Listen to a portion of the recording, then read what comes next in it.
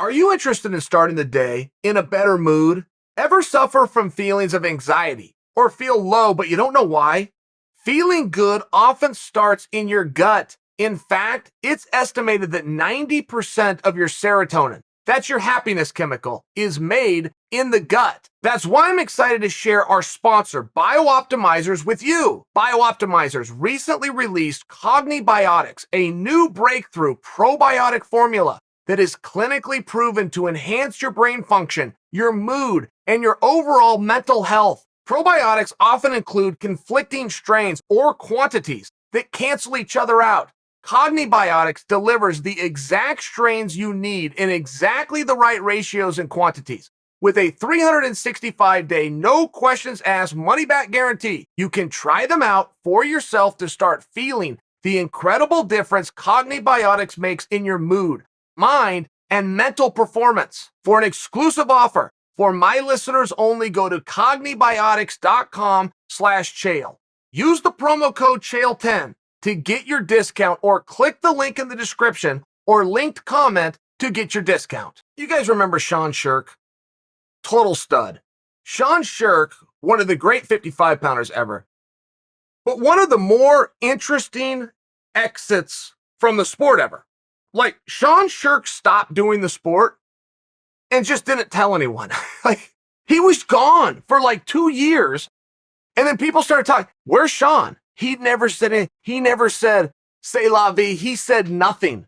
And about 2 years in, conversation starts, where's Sean? He never speaks up to say where he is. Almost another year goes by.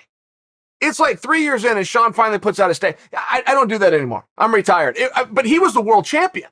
Or he was right there for the I think Sean had a championship. Now that I'm saying it, yeah, he was the interim champion. Sean had the belt. Leaves the sport.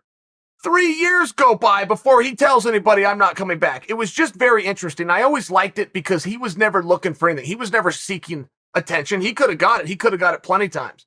I did this for this part of my life, and now I've moved on and I've done this. And I want to say he started a flooring company. I think he's back in Minnesota. That part of the story, I'm very close, but the point is the way that he exited. And I have great memories with Sean. Been with him a number of times, could have gotten along better, but we cut weight in a sauna together. And there's a few things as men, and I mean humans, that will bond you. Cutting weight and helping each other through a weight cut is one of those things. We met in a sauna, basement of the MGM Grand.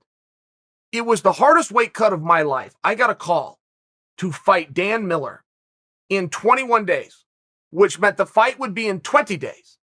Joe Silva calls, I accept the fight, but I'm driving to the gym. So I get to the gym, I go right into the bathroom, I strip and get on the scale. It's the first thing I do. I'm 222.2. The weight is 185, pound allowance 186. I got to lose 36.2 pounds. And normally I wouldn't tell you about the 0.2. In this case, the 0.2 mattered. 36.2 pounds in 20 days. It's physically the most trying, and possibly mentally, the most trying thing that I have ever been through in terms of physical, where you got to be tough and you got to be focused and you got to do it just you said you would. Okay.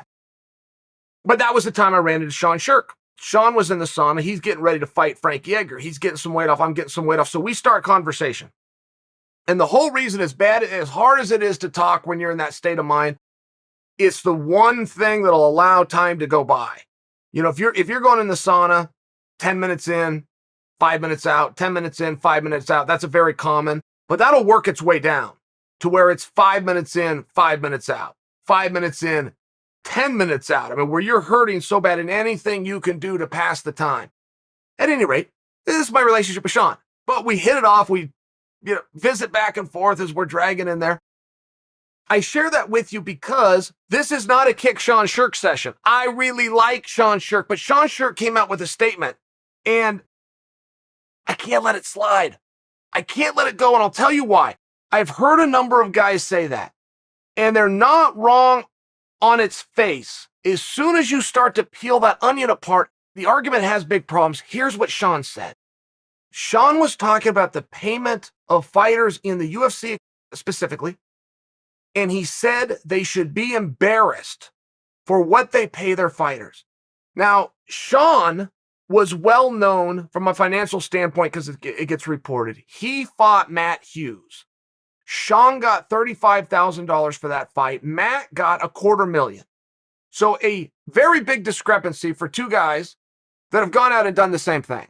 And if you view it like that, you're going to see where the argument comes. If I was to insert myself in this, first time I fought Anderson Silva, I don't know what he made, but I know he made 7 figures plus. I believe he made several million because of how big the pay-per-view did. I got 35 grand. My contract was for 35 and 35. That was the deal. That's what we agreed on. We just save all of these pieces. I promise I'm going to tie them together. Just stay with me here. A week ago, Francis Ngannou had come out publicly in a tweet talking about Jake Paul having made $25 million to box and asked a question to the audience, what are we doing wrong? ? Days before that, Paulo Acosta cost himself a main event fight because he didn't believe that he had a level of participation that he deserved. Now, both Francis and Paulo have since stopped. Somebody got a hold of them and explained something to them. I hope. It appears that way. Whenever this argument is made, okay, let's slow down and look at that just from Francis's perspective. But Francis is a fighter. Here's what he makes. Jake Paul went and did a fight who is not as skilled or as experienced as Francis, but here's what he made. Why are they different? And it will never stop where somebody attempts to compare their job to somebody else's job. Do you guys golf? Have any of you golfed? Most of you hands just went up. Somewhere you played 9 holes, you played 18 holes. But if you didn't, do you know someone who golfed? Okay, all of your hands just went up. When you golfed, did you make what Tiger Woods made when he golfs? Did you expect to make what Tiger Woods made when he golfed? Do you instantly see the silliness of me even asking you that question? You doing one thing and comparing it to somebody who did another thing. John Jones had started this for a while. He said, I'm a professional athlete. Here's what I make. But my brothers are professional athletes, and here's what they make. And you kind of scratch your head going, they're doing one job on one agreed upon contract, and you're doing another job on an agreed upon contract. What if there's a third brother? Okay. And what if he's a hedge fund manager? Should you make what he makes just because he's your brother? I mean, that was the argument. The argument wasn't the sport to the sport, the NFL to the UFC. The argument was, these are my brothers. What if your brother's a hedge fund manager? Should you make what he makes? What if you have a brother who's a grocer? Should you make what he makes? I mean, do you see the difference in this? And the argument always is told, and it only goes one way, which is forward. The first guy that we're going to listen to and go, wow, we got a Jimmy Hoffa in the group. We got a real leader here, is the guy that steps forward with this argument, but he goes backwards. Had Francis Ngannou came out and said, you know what? I was paid $500,000 to fight Stipe. Johnny over here was the third fight of the night. He weighed in 4 minutes before me. We actually were on the airplane together, and I ran into him in the hotel hallway. He's 3 doors down. We have literally done the exact same thing, and Johnny only got 20 grand. Why am I being paid $500,000 when he's getting 20 grand? You owe me 20 grand. This job is worth 20 grand. He and I did the same. He actually went 15 minutes. Did you see his fight? I was only out there for 7.5. Come to think of it, I should get 10 grand.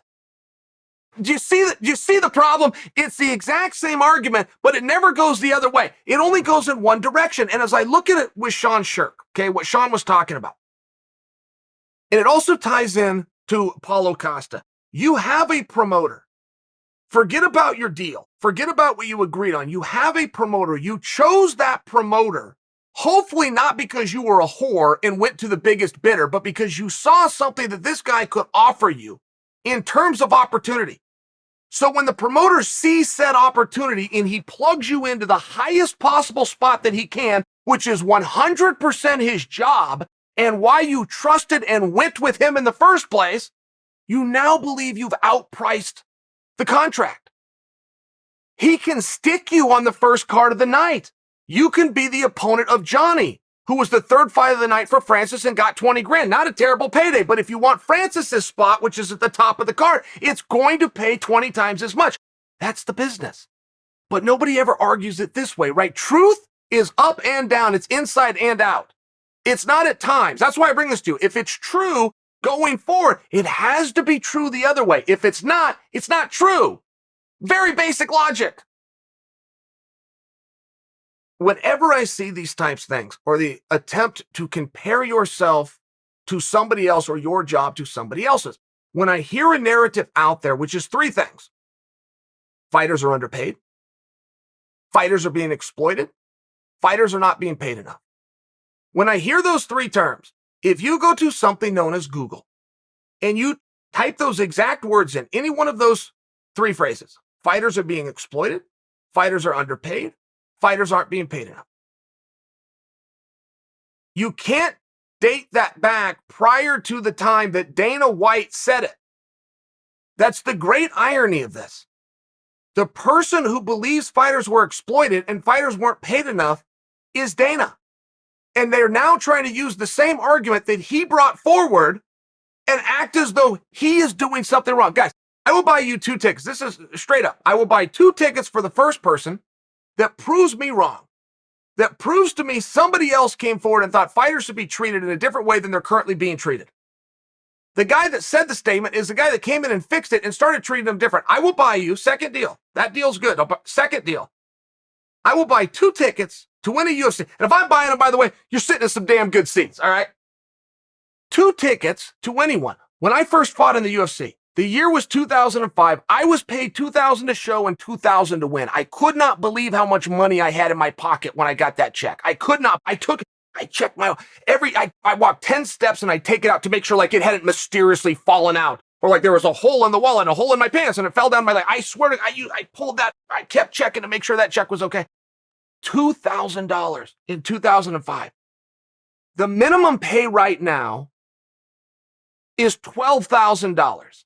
The minimum pay. Now, I had the minimum in 2005, stay with me, of $2,000. The minimum now is 6 times as much. I will give 2 tickets to anybody who shows me any company in the world that is paying 6 times right now than what it paid a mere 15 years ago. I don't give a damn. I know you won't find one on the Fortune 500. You're not going to find it at McDonald's. You're not going to find it at Chevron, Microsoft, Apple, Tesla. Great companies. You're not going to find it there. I don't give a damn if it's your brother's barber shop.